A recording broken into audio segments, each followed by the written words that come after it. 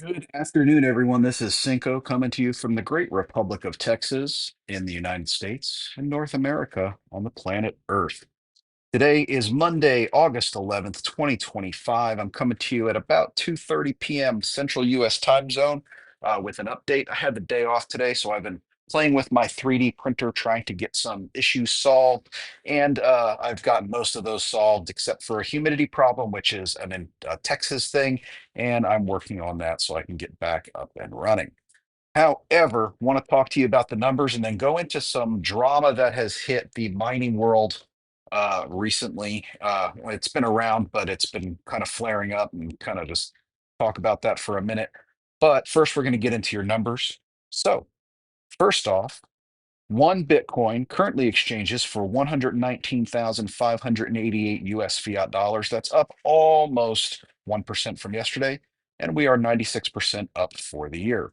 If you're one of my mining friends and you're lucky enough to hit a block and get that 3.125 Bitcoin subsidy, you're looking at a 373,712 US fiat dollar payday. That's before including any fees. And if you're a sat stacker, one US dollar will exchange for 836 sats.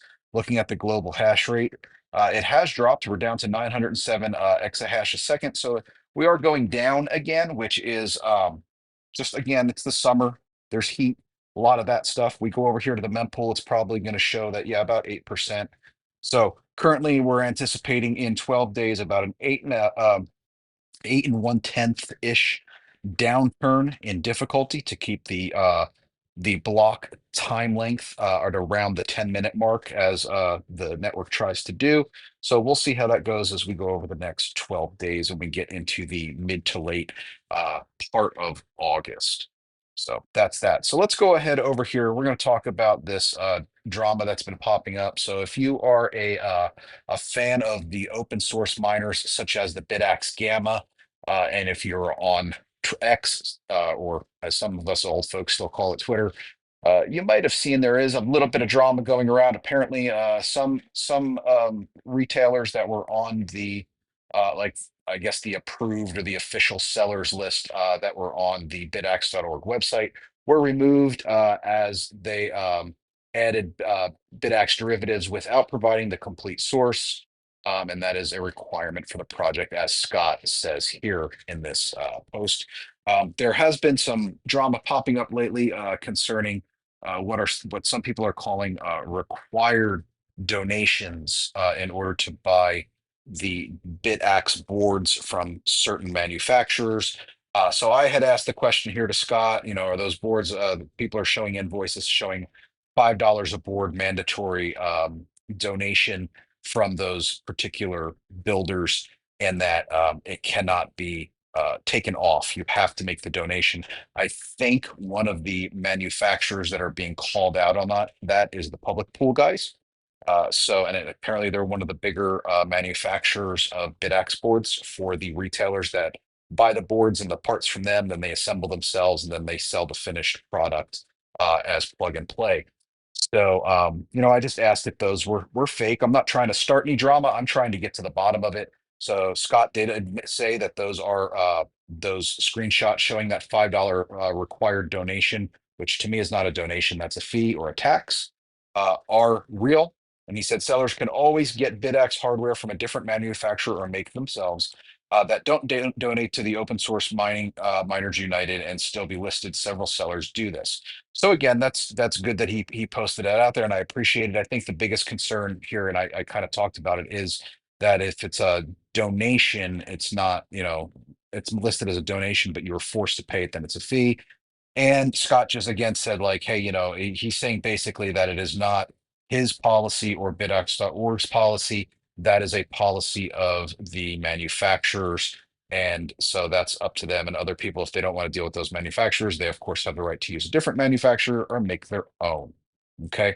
So just putting that out there, just trying to be as transparent as possible. I'm not trying to play a game with anyone, any of the retailers, or with the manufacturers or the guys over at OSMU, where I'm trying to play gotcha. I'm just trying to get to the bottom of it because I'm seeing a lot of conflicting information out there in the echo chambers and the the Twitter sphere, as it were. about what is required, what is not, what is legitimate, what is not. Um, and there are a number of manufacturers on one side saying, hey, this is not true open source. This is, and that we're also being forced to pay a fee per board that we purchase. That has to be given to that is given to OSMU.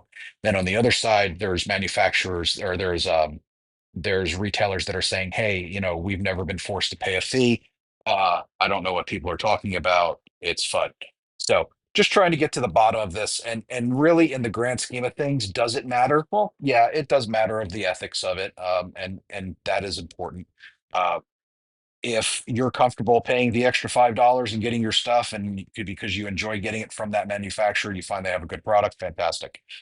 If you feel like it's a little bit hinky and that there's something going on there that needs to be talked about so that the greater community knows, I mean, if it is an open source project, but certain things are not open, then of course that probably should be talked about, because then it's just, at that point, are we just giving lip service to the term open source, or are we not? So just trying to get to the bottom of it. Again, I am not trying to create drama by asking these questions. I am not trying to start a fight. I just want to find out what's going on. That's it. It's interesting news. I do think that the minor community has a right to know about this stuff. And so if it is true, then we need to know. If it's not true, and this is, some type of nefarious, conspiracy to undermine others, then want to know about it. So that way we know where to spend our money, right? That's the whole thing. If we are into free money, then knowing the truth is important to us, so we know where to spend that money. So you'll see some more posts about this in the upcoming days from me, as I try to, get in touch with people to figure it out and get different sides of the story. I know a big part of it right now is kind of the debate between the guys at Pleb Source and the guys at Solo Satoshi. They're kind of at odds over this. They also have history that goes back a ways, personal and professional disagreements, and they are also on the opposite sides of this particular argument. So I do appreciate that both the guys at Solo Satoshi and the guys at Pleb Source have, whenever I've asked them a question, they have responded to me quickly. So I do appreciate that. I mean, I haven't felt that either side is telling me anything that is an out and out lie if I ask them a direct question. I think some things are probably colored by emotion, but as we get more information, we will find out, what's the what, and I'll try to get that out there as much as I can for you guys. But other than that, if you have any comments, concerns, questions, input, if you have evidence one way or the other about how this is unfolding, please let me know. I would like to know. Again, this is more me as a consumer and a miner and a lover of this community of open source miners and small lottery miners for the average pleb who is getting into mining. I think this is a great project. So I don't want to see bad things happen within the community of it. So if we need to talk about some things so we can find resolution and keep things going on an even keel, that is fair and honest, then that's great. So that's my goal there. Again, I'm not looking to get a headline or something so I can get hits on X. That's not why I'm doing this. So I also have no sides to take in this. I enjoy talking with the guys at Pleb Source, and I enjoy talking with the guys at Solo Satoshi. I enjoy when Scott over at OSMU responds to my posts and gives me information. I think Want Clue has given me good information at times when I've asked him things directly as well. So I haven't had anyone directly mislead me. So, a lot of the finger pointing I am taking with a grain of salt. And, we're all going to have to make our own conclusions at the end of the day on what's going on here. But at the same time, I don't think this is necessarily going to be a clear black and white issue, with one quote unquote party against the other. So, yeah, we'll keep talking about it. We'll try to drill down what we can do, get the separation of the truth from the emotion, and let's find out what we can see here. So again, if anyone has any information or input on this, I would appreciate it. Not trying to start anything, so please don't just put FUD up there on my posts and just all emotion. We're looking for facts here. So anyway, that's today's short.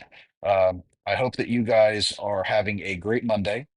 I do have an episode coming toward the end of the week that will be a full 1 hour episode. I have finished my test of 5 different mining pools, Bitcoin mining pools, that I did a 30-day test with 100 terahash per second um, limit, and just wanted to see how it ran, and if I got, how my payouts looked and what the percentiles looked for their take, as well as the ease with setup and obtaining my Bitcoin and payouts and all that happy stuff. So we'll go over that because there was a clear